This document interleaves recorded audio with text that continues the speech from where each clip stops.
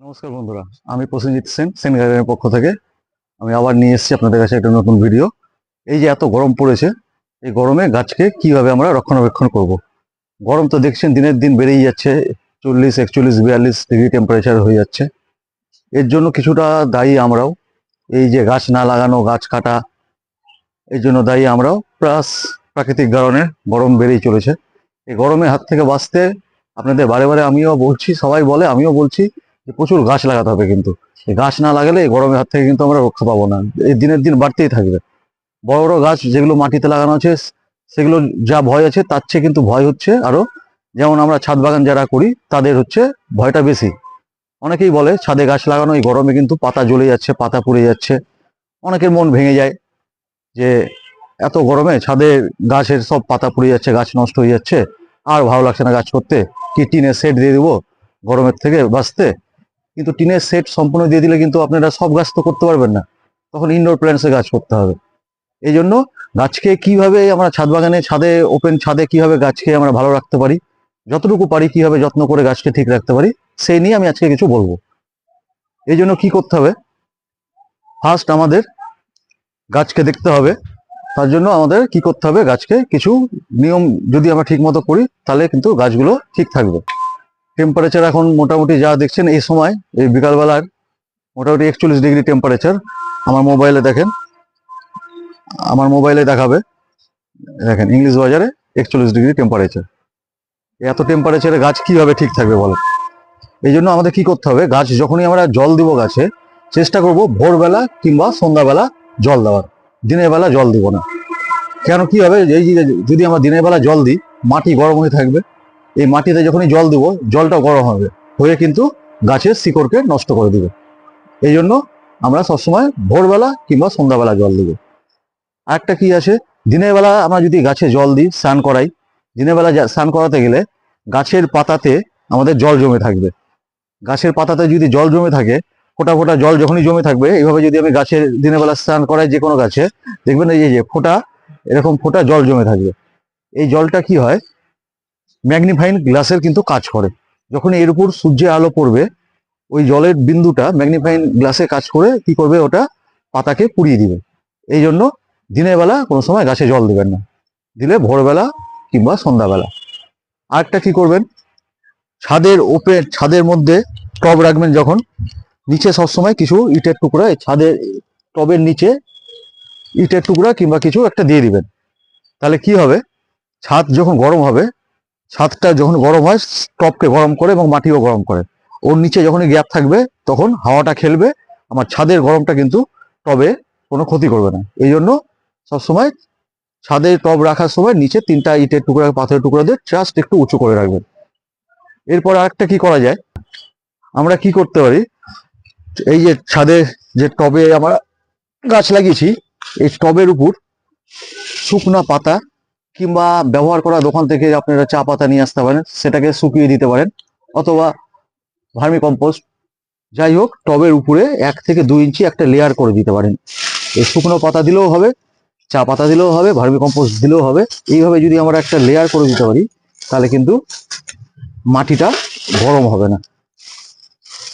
এইভাবে যদি আমরা একটা পাতার লেয়ার দিয়ে দিতে পারি, তাহলে টবের মাটিটা কিন্তু অনেক ঠান্ডা থাকবে, মাটিটা গরম হবে না।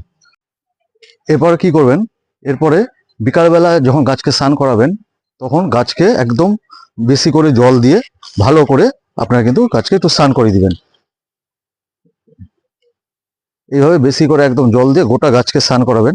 তাতে কি হবে, আমার গাছের পাতা যেমন পরিষ্কার থাকবে, গাছও ঠান্ডা থাকবে। গাছের পাতা পরিষ্কার থাকলে গাছ তার খাদ্য তৈরি করতে ভালো মতো পারবে, আর গাছটা কিন্তু অনেক ঠান্ডা থাকবে। বিকালবেলা সূর্য ডুবে গেলে গাছকে কিন্তু ভালো করে আপনাকে বেশি করে জল দিয়ে, পাইপ দিয়ে হোক, বেশি করে জল দিয়েও ভালো করে স্নান করে দিতে হবে। একদম ভালো, যতটা পারবেন জল দিয়ে ভালো করে স্নান করাবেন। তাহলে পাতা পরিষ্কার হয়ে গেলে গাছ খাদ্য তৈরি করতে পারবে ভালো, গাছও অনেক ঠান্ডা থাকবে। এরপরে করতে পারেন, ছাদের উপর যদি সম্ভব হয়, সবার সম্ভব নাও হতে পারে, যদি সম্ভব হয় এই ধরনের গ্রিন নেট লাগিয়ে দিতে পারেন। এই গ্রিন নেট লাগালে কি হবে, সূর্যের যে হিটটা সেটা কিন্তু 50% কমে যাবে, এটা অনেকটা কমে যাবে।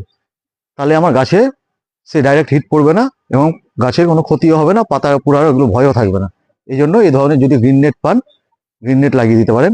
না লাগালেও হবে, যদি না লাগাতে পারেন এই যে জিনিসগুলো বলছি সেগুলো করতে গেলে কিন্তু আপনার গাছ অনেক ঠিক থাকবে।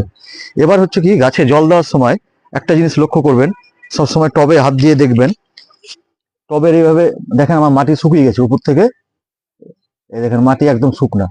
যদি 1 ইঞ্চি 2 ইঞ্চি এরকম করে আঙুল দিয়ে দেখবেন যে নিচের দিকে মাটি আমার ভিজা আসে নাকি। যদি টবের মাটির নিচের দিকে এরকম ভিজা থাকে, আমারটা যেমন এটা শুকনো আছে, যদি ভিজা থাকে তাহলে জল দিবেন না। যখন শুকনো থাকবে তখন কিন্তু একদম টব ভরে জল দিয়ে দিবেন, যে এমন জল দিবেন যেন টবের নিচ দিয়ে জল বেরিয়ে যায়। তাতে ভাববেন না যে টবের খাবার বেরিয়ে যাবে, টবে বেশি জল দিলে জলের সঙ্গে খাবার গাছে বেরিয়ে যাবে, তা কিচ্ছু হবে না। ওই জন্য যখন জল শুকিয়ে যাবে, ভিজা আঙুল দিয়ে দেখবেন, যদি নিচের দিকে ভিজা থাকে তাহলে জল দিবেন না, শুকাতে দেন। যদি শুকিয়ে যায় একদম ভর্তি করে জল দিয়ে দেন, যাতে টবের নিচ দিয়ে জলটা বেরায়, তাহলে কিন্তু গাছের কোনো অসুবিধা হবে না। অনেক গাছ দেখবেন আবার কিন্তু সব গাছ যে ছায়া পছন্দ করে তা না, অনেক গাছ কিন্তু রৌদ্র পছন্দ করে, তাদের কিন্তু টানা রৌদ্রে রাখতে হবে। যেমন চাপা, জুই, রঙ্গন, অ্যাডিনাম, বোগেনভিলিয়া, এসব গাছকে কিন্তু আপনাকে রৌদ্রেই রাখতে হবে, কারণ এরা হচ্ছে রৌদ্র পছন্দ করে। এই জন্য একটু দেখে নিতে হবে কোন গাছ রৌদ্র কম পছন্দ করে, সেগুলোকে হালকা শেডে রাখেন, সকালে 2-3 ঘন্টা রোদ পাবে এরকমভাবে রাখেন। আর যেগুলো গাছ রৌদ্র পছন্দ করে তাদের কিন্তু আপনাকে একটু রৌদ্রেই রাখতে হবে। এরপর একটা জিনিস এ সময় খেয়াল করবেন, গরমের সময় কোনো রাসায়নিক সার চট করে প্রয়োগ করবেন না। এনপিকে, ডিএপি, পটাশ এই ধরনের কোনো সার প্রয়োগ করবেন না।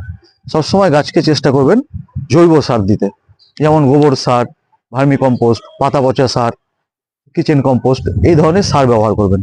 এই সময় গরমের দিনে যদি রাসায়নিক সার ব্যবহার করেন তাতে কিন্তু গাছের ক্ষতি হতে পারে, যেমন শিকড়েও ক্ষতি হতে পারে, পাতাতেও ক্ষতি হতে পারে। এই জন্য যতটা চেষ্টা করবেন আমরা জৈব সারের উপর দিয়ে যাবো, রাসায়নিক সার করব না। এই সময় দেখবেন জবা গাছের কুড়ি কিন্তু আপনার ঝরে যেতে পারে, জবা গাছের কুড়ি ছোট হতে পারে, পাতা হলুদ হয়ে যেতে পারে, ফুল ছোট হতে পারে। এই কিন্তু কোনো চিন্তা করবেন না, এই গরমের সময় জবা গাছে হতে পারে কুড়িও ছোট হয়ে যেতে পারে, পাতা হলুদ হয়ে গেল, ঝরে যাচ্ছে, এই নিয়ে কিন্তু কোনো চিন্তা করবেন না, বর্ষার সময় আবার ঠিক হয়ে যাবে।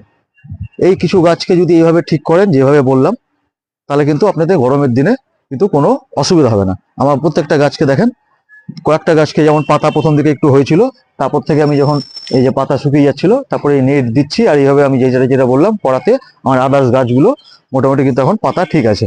এই গাছগুলো দেখেন, এই দেখেন পাতা একদম আমার সবুজ হয়ে আছে। এইভাবে যদি একটু নিয়ম করে করেন তাহলে কিন্তু প্রত্যেকটা গাছে দেখেন পাতাগুলো, দেখেন প্রত্যেকটা গাছের পাতা কিন্তু আমার ঠিক হয়ে আছে, সবুজ হয়ে আছে। এইভাবে যদি নিয়ম মেনে করেন তাহলে কিন্তু আপনাদের ছাদে কোনো অসুবিধা হবে না।